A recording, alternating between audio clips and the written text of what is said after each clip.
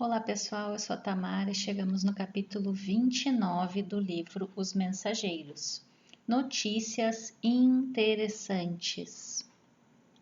Em vista de a apresentação mais íntima de Aniceto, que deixara as jovens em nossa companhia, entramos a conversar animadamente com Cecília e Aldonina. A primeira tinha sido filha dos Bacelar, quando na crosta. A segunda era uma sobrinha do chefe da família, que aguardava a volta da mãezinha para a organização de um lar na cidade próxima. Ambas demonstravam magnífico desenvolvimento mental, robusta inteligência e notável capacidade de expressão. E enquanto os nossos maiores se conservavam afastados, conversando, cogitando de assunto privado, Vicente e eu ouvíamos as jovens, encantados com a sua nobreza e vivacidade. Verificava que o quadro era idêntico à paisagem social da terra, mas com uma diferença. Apenas diferindo quanto aos sentimentos reais. Não havia qualquer nota de falsa apresentação. Em tudo a alegria pura, a simplicidade fiel, a sinceridade sem mácula.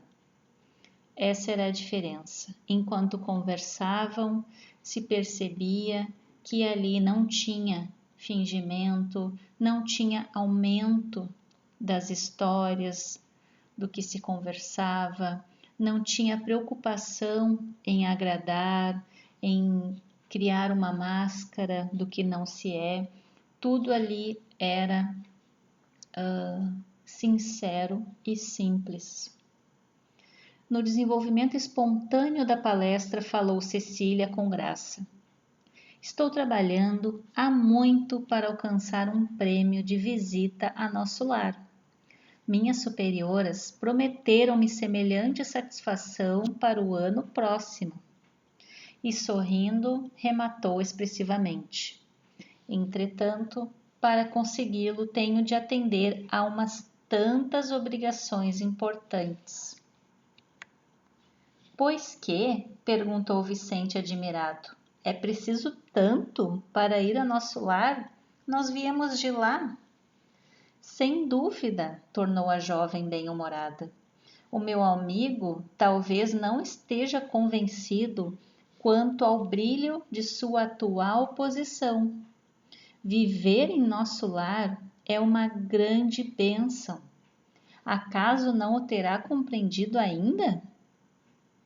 Por mais que nós saibamos que nosso lar está localizado ainda próximo da terra, no umbral, numa região umbralina, elas que moram num posto, numa cidade bem próxima à terra, elas estão falando que um pouquinho mais afastado, que é nosso lar, é sim um lugar de muita bênção. Sorrimos todos. E reafirmando o conceito, Cecília continuou. Segundo os instrutores que nos visitam em Campo da Paz, os seus ministérios são verdadeiras universidades de preparação espiritual. O ensejo educativo neles é imenso. E chego a crer que para avaliarem a extensão da benesse que Jesus lhes concedeu, seria necessário viverem alguns anos em nossa colônia, onde o trabalho ativo de vigilância e assistência é mais imperioso, é mais exigente. E aí, só relembrando, nosso lar tem 6 ministérios. Tem o Ministério da Regeneração, que ali se exige testemunhos pesadíssimos, são os recém-recolhidos das regiões umbralinas, tem hospitais, são atendidos ali. Tem o Ministério do Auxílio, que também exigem tarefas laboriosas e complicadas. que também recebe, inclusive André Luiz veio para esse ministério quando chegou em nosso lar. Tem o Ministério da Comunicação, que ele é mais de trabalho, de estudo. Tem o Ministério do Esclarecimento, valores intelectuais profundos, estudo, atendimento também, elevação, que pede renúncia e iluminação, e o da união divina, que é conhecimento justo e sincera aplicação do amor universal. Se a gente for fazer uma análise aqui da cidade e dos seus ministérios, que faz de conta que cada ministério é um bairro dessa cidade, nós temos 2 bairros pesados, 2 pesados e 4 bairros, digamos, com bons moradores. Então, se a gente for pesar, calcular a cidade Nosso Lar, são 2 ministérios que se exige muita paciência, tolerância, vigiar, orar, contra 4 que são elevados, que são de pessoas, espíritos mais estudiosos, mais esforçados. E é isso que as meninas estão tentando explicar para eles. Em nosso lar, porém, temos igualmente grande número de sofredores. A regeneração é uma colmeia de milhares de sofredores. E a interlocutora, todavia, revelando profunda acuidade nas observações, considerou: você diz muito bem quando se refere à colmeia, significando possibilidades de trabalho. Creia que os sofredores que atingem o seu núcleo já se encontram a caminho de excelentes realizações. São sofredores que estão conhecendo o porquê dos seus sofrimentos, já estão com uma certa quantidade de despertar espiritual. É nesse sentido que ela está falando ali. Naturalmente que os irmãos desequilibrados que por lá existem já se torturam pelo vagaroso despertar da consciência. Já sentem remorsos e arrependimentos indicativos de renovação. São sofredores que melhoram progressivamente, porque o ambiente da cidade é de elevação positiva. Como a gente conversou, tem 4 ministérios ali extremamente positivos e só 2 que exigem muito mais trabalho. Onde a maioria vive com a bondade, a maldade da minoria tende sempre a desaparecer. Nosso lar, portanto, mesmo para os que choram, possui soberanas vantagens espirituais. Impressionado com o que ouvia, lembrei. Eu mesmo trabalhei algum tempo em cooperação nas câmaras retificadoras. E as meninas falam: já ouvi diversas referências a essa instituição, mas, baseando-me nos informes de mentores amigos, continuo a manter minha opinião. E como se já conhecesse nossos processos de serviço, asseverou sorridente: vocês conhecem lá muitos espíritos sofredores, mas em Campo da Paz, que é onde elas moram e trabalham, conhecemos muitos espíritos obsessores. Lá poderá existir muita gente que ainda chora, mas em nosso meio há muita gente que se revolta. É mais fácil remediar o que geme que atender ao revoltado. Essa é a diferença. Nas câmaras a que se refere, vocês retificam erros que já apareceram, dores que já se manifestaram, mas aqui, meu amigo, somos compelidos a lutar com irmãos ignorantes e perversos, que se sentem absolutamente certos nas fantasias perigosas que esposaram, e vemo-nos obrigados a atender a doentes que não acreditam na própria enfermidade. E um exemplo aqui que a gente teve no livro Nosso Lar, no capítulo 31, intitulado Vampiro, foi uma senhora que queria entrar na cidade de Nosso Lar, mas ela tinha em volta do seu corpo perispiritual 58 manchas. E aí os vigias, os guardas e o próprio André Luiz se deteve com mais atenção nessas manchas e ele pôde enxergar os fetos das crianças que essa senhora abortou. E aí eles começaram a questionar essa senhora, mas a senhora quer ajuda? Mas por que praticou tantos abortos?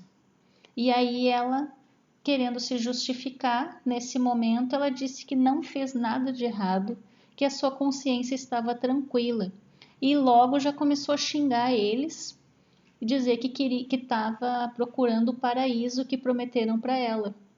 E pegou e foi embora, porque na verdade ela não tinha consciência e não admitia que ela tinha feito coisas erradas. Ela estava ali se achando numa condição de pessoa correta.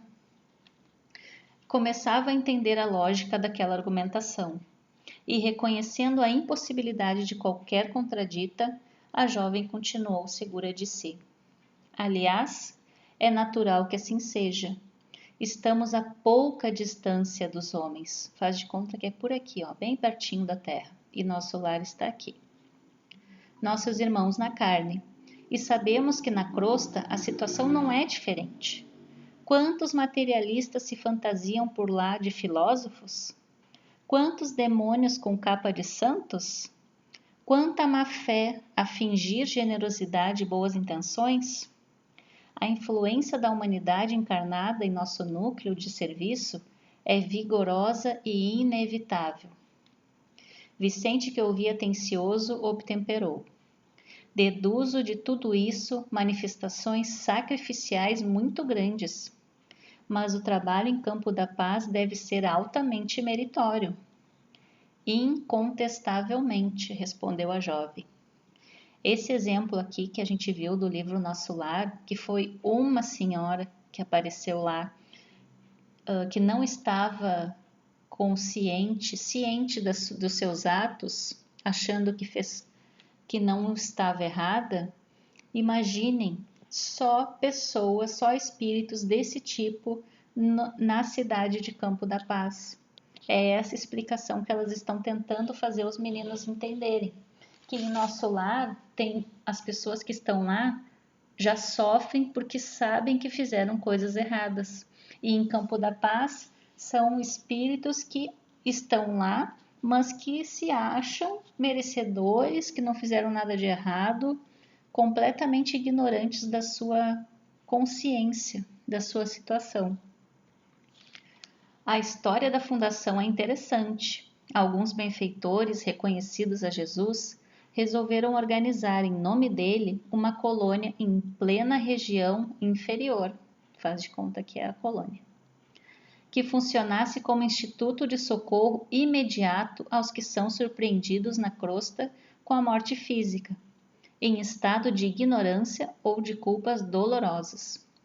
O projeto mereceu a bênção do Senhor e o núcleo se criou, há mais de 2 séculos. Nem todos os espíritos envolvidos, no entanto, estimam o serviço nesse órgão. Por que será? Porque exige muito. De assistência constante. A maioria dos missionários vitoriosos, ao se ausentarem da terra, necessitam refazer energias, por direito natural do trabalhador fiel, e os mentores de nobre posição hierárquica têm seus programas de serviços, que não devem quebrar em obediência aos desígnios do Senhor.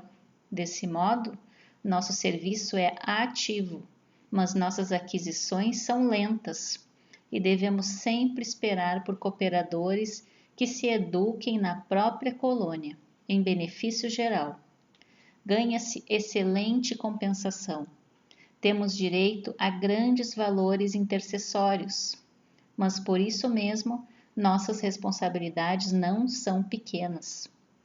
Conhecendo a utilidade dos que servem em nossa colônia, não passamos nunca sem instrutores abnegados, que procedem da zona superior, alentando-nos o bom ânimo. O que pedimos, com fundamentação legítima, nunca é negado, e se tarda o recurso, beneméritos orientadores de nossas atividades prestam explicações que nos libertam de qualquer angústia na espera. Por isso, nosso grupo está sempre coeso e muitos preferem adiar certas realizações sublimes para permanecer ao lado de companheiros antigos, aos quais se unem com desvelado amor.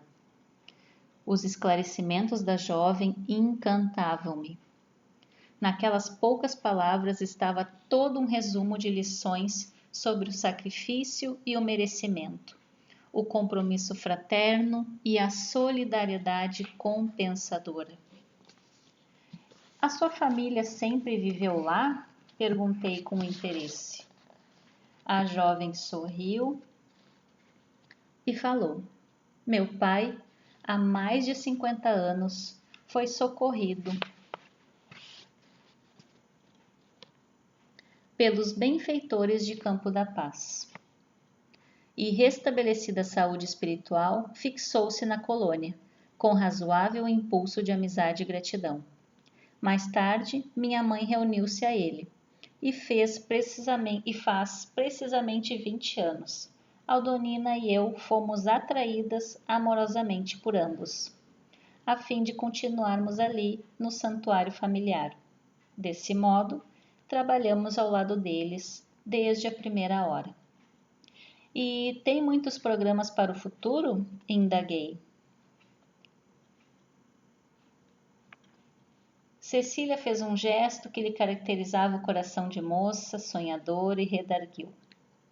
Tenho muitos projetos e problemas a resolver, mas estou aguardando a chegada de alguém que ainda se encontra na Terra.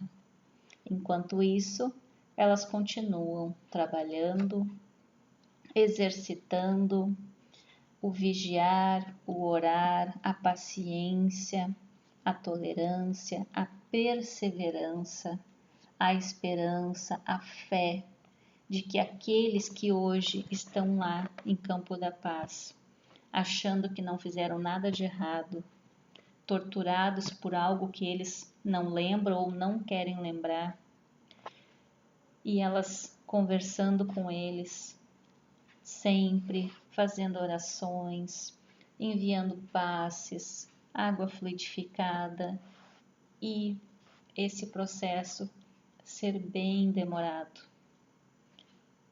Mas elas ganham no exercício, no aprendizado, e eles, no seu devido tempo, no tempo de Deus, também irão despertar, também chegarão à fase de sofredores, porque já estarão cientes dos seus erros e poderão retomar a caminhada para o bem, para a luz e para o amor.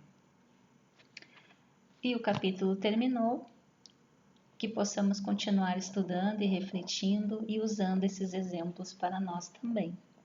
Um beijo a todos, fiquem com Deus e até a próxima.